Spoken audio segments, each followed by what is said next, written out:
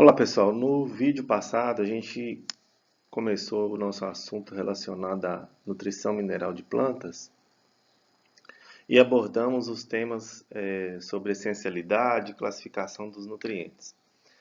Neste vídeo, que será mais curto um pouco, a gente vai só eh, mostrar, né, as técnicas que são utilizadas para estudos nutricionais em casa de vegetação. Esses estudos em casa de vegetação, com essas técnicas, e graças à descoberta delas, é possível então demonstrar quais são os elementos essenciais, né? Já que para ser essencial, o nutriente precisa cumprir os critérios de essencialidade, né? Então eles vão servir justamente para isso. E para fazer isso, para ter certeza de que um elemento é essencial, é preciso que esses trabalhos sejam feitos em condições controladas, né? Em condições experimentais. Por quê?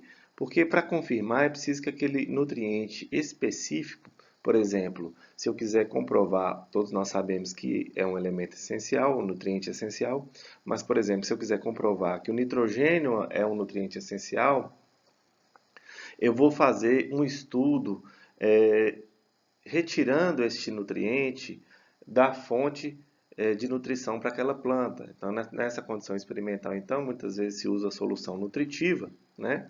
Lembrando que as soluções nutritivas, elas foram desenvolvidas já a partir do início do século XIX, há muitos anos atrás. E aí é uma forma de se realizar a nutrição de plantas aplicando uma solução com todos os nutrientes essenciais. Então, para eu estudar se aquele nutriente ele é de fato essencial, eu tenho que omitir aquele nutriente da solução e ter certeza de que aquela solução não tem nenhuma quantidade daquele nutriente. Eu dei o exemplo do nitrogênio, todo mundo sabe que é essencial, mas só como exemplo, né? Então, esse elemento, esse nutriente, ele tem que estar ausente da solução. Certo? A partir da evolução desses estudos com solução nutritiva, surgiram, né, os cultivos em solução ou hidroponia, que inicialmente serviam apenas para ensaios científicos, para estudos científicos sobre nutrição de plantas, e que relativamente de forma recente hoje é utilizado para a produção de alimentos, né? Então essas bases iniciais só científicas hoje são usadas para a produção de alimentos. Produção de cultivos hidropônicos, cultivos em condição controlada, né? O que estão sendo chamados aí de fazendas verticais, né? Produzindo alimentos especialmente folhosas, né? As olerícolas em condição controlada dentro de galpões com temperatura controlada, luminosidade controlada e com aquela solução nutritiva ali, né? Esse cultivo em solução ou cultivo hidropônica normalmente dispensa o uso do solo, né? Então você só tem ali o fornecimento dos nutrientes é feito por uma solução balanceada. A gente vai mostrar nos slides aí da frente, é como se fosse uma receita de solução, né? Ela exige um grande volume de solução, né? Para esse cultivo em solução ou hidroponia, e exige também um ajuste frequente da solução.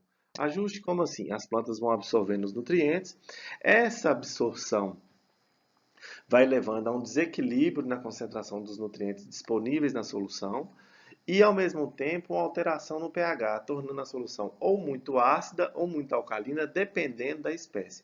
Então, esse ajuste, esse acompanhamento dessa solução precisa ser frequente, né? Além disso, é necessário que essa solução seja sempre aerada, né? Então, para isso são colocados bombas que injetam ar na solução para tornar essa solução aerada, já que as plantas não serão cultivadas em condição de solo, né? Na presença do solo, só com a solução ali. E aí a gente tem alguns exemplos possíveis, né? E aí a partir desses exemplos é possível variar, né? De cultivos hidropônicos. No próximo slide a gente vai mostrar um cultivo aeropônico, né? Esse cultivo aeropônico já tem também sido utilizado de forma comercial em algumas espécies, né? Um exemplo que se tem é a produção de batata em cultivo aeropônico. principalmente batata para a produção de semente, né? Mas assim, não é o maior volume, mas já existem cultivos comerciais nesse sentido. Então, a gente vai mostrar alguns exemplos, mas podem haver variações, né? Então, a gente tem aqui na letra A, o primeiro aqui, ó, que é um cultivo hidropônico, né? A solução não circula nesse caso, a solução nutritiva, ela está aqui, ó, né, sinalizada, a solução não circula, ela está equilibrada as concentrações de todos os nutrientes essenciais às plantas e é importante a aeração. Percebam que há uma aeração aí, injeção de ar na solução para permitir a aeração da solução. Se não fizer isso, as plantas vão morrer, né? E o sistema que sustenta a planta, neste caso, não é mais o solo, a planta fica sustentada nessa região aqui, ó, né? Tá fixa aí. Então a raiz vai ficar dentro da solução e a planta sustentada aí. Neste outro exemplo, aqui na letra B, é um cultivo também hidropônico, mas que tem um filme ou película onde a solução nutritiva passa, ela circula, né? Essa solução nutritiva circula o tempo todo, não as raízes vão atingir essa película e absorver os nutrientes. Então está sempre circulando aqui, né? Tem uma bomba bombeando e por gravidade ela volta ao reservatório e volta ao bombeamento. Ela fica circulando aqui, né? É uma bomba que vai injetar essa solução nutritiva. Vejam também que aqui tem injeção de ar, né? Uma bomba de ar injetando ar para aerar essa solução. Novamente, é preciso acompanhar a concentração dos nutrientes periodicamente nessa solução e o pH da solução, tá? Aqui a gente tem um exemplo na letra C aqui de um cultivo aeropônico. Então a solução ela é pulverizada com uma bomba, né, nas raízes, né? E nessa solução todos os nutrientes disponíveis, né, e essenciais são colocados nessa solução, certo? E por fim, como exemplo, um sistema de subirrigação, onde a solução é colocada ou bombeada para a região onde estão as plantas, essa região aqui de cima, e de forma periódica ela é bombeada e drenada. Então nem sempre vai ter solução presente ali, certo? Lembrando novamente que essa solução continua sendo aerada. Esses sistemas todos, eles são usados e foram usados para estudos com nutrição mineral, identificação de elementos essenciais, identificação de elementos benéficos, né? De espécie em espécie, né? Então você pode fazer um estudo para definir elementos essenciais para cada espécie, né? Embora exista uma lista geral, né? E as variações, por exemplo, às vezes tem a solução nutritiva em vaso, né? Coloca um vaso, coloca até uma bombinha de aquário com aquela pedra de aquário, de aeração de aquário e coloca nos vasos. Então são vários os ajustes que podem ser feitos. O grande ponto importante é que caso se resolva estudar essencialidade, você tem que ter a certeza de que o nutriente estudado ou o elemento estudado não esteja disponível para a planta absorver, porque só assim você consegue ter ou saber confirmar os critérios de essencialidade. O que tem nessa solução? Né? É uma receita, né? É uma receita de nutrientes todos essenciais de forma equilibrada, dissolvidos nessa solução. O objetivo dela, principalmente nos cultivos comerciais, é fazer com que as plantas cresçam o mais rápido possível, né? Então todos os elementos essenciais estão colocados ali diluídos e elas cresçam o mais rápido possível. E a solução mais conhecida, né, é a solução de Hoagland.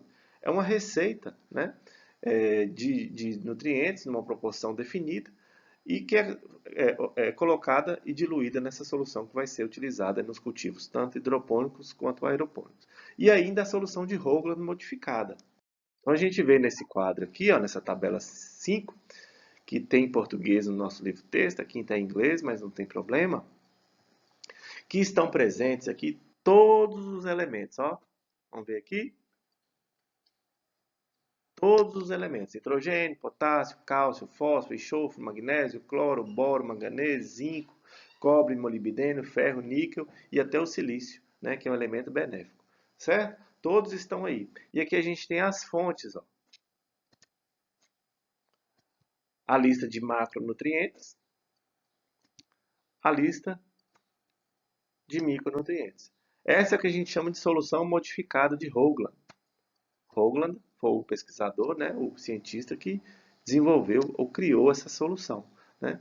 Vejam que os macronutrientes aqui, por exemplo, a gente tem como fonte aqui, ó, o nitrato de potássio, o nitrato de cálcio, o sulfato de magnésio. Então, são exemplos de fertilizantes que são usados nessa solução. E são diluídos, formando o que a gente chama de solução em estoque. Diluídos não, são dissolvidos, né, formando a solução em estoque. E essa solução em estoque vai ser diluída na solução final. Tá? E existe uma proporção de concentração final que está aqui, ó. Né? O objetivo dessa solução, então, é fornecer todos os nutrientes essenciais de forma equilibrada às plantas para que ela cresça de forma mais rápida possível, sem provocar estresse salino nessas plantas, né? Salinidade nessas plantas. Então, é uma forma interessante de se trabalhar. Bom, existem alguns pesquisadores que usam a solução meia força, que é essa mesma solução diluída à metade, dependendo da espécie que se está trabalhando. Então, dá para ver que todos os elementos estão aqui disponíveis nessa planta, nessa solução, né? Vamos ver, só chamar a atenção em relação ao ferro, né? O ferro é um elemento que tem que ter muito cuidado para ser colocado, tem que normalmente colocar junto a um quelato, para impedir que ele passe para uma condição é, precipitada e fica indisponível à planta. Normalmente ele é colocado com um quelato junto, um EDTA ou um ácido cítrico, né? Para impedir que ele, no ambiente, principalmente no ambiente alcalino, ele se precipite e fique indisponível para a planta. Tá? Então isso aí seria a receita de uma solução para fazer trabalhos com soluções nutritivas, hidroponia, e caso alguém queira, né, estudar mais nisso aí, fazer trabalhos de omissão de nutrientes e verificar se eles são essenciais, benéficos, entre outras possibilidades, certo? Então aqui a gente termina a nossa aula e até a próxima.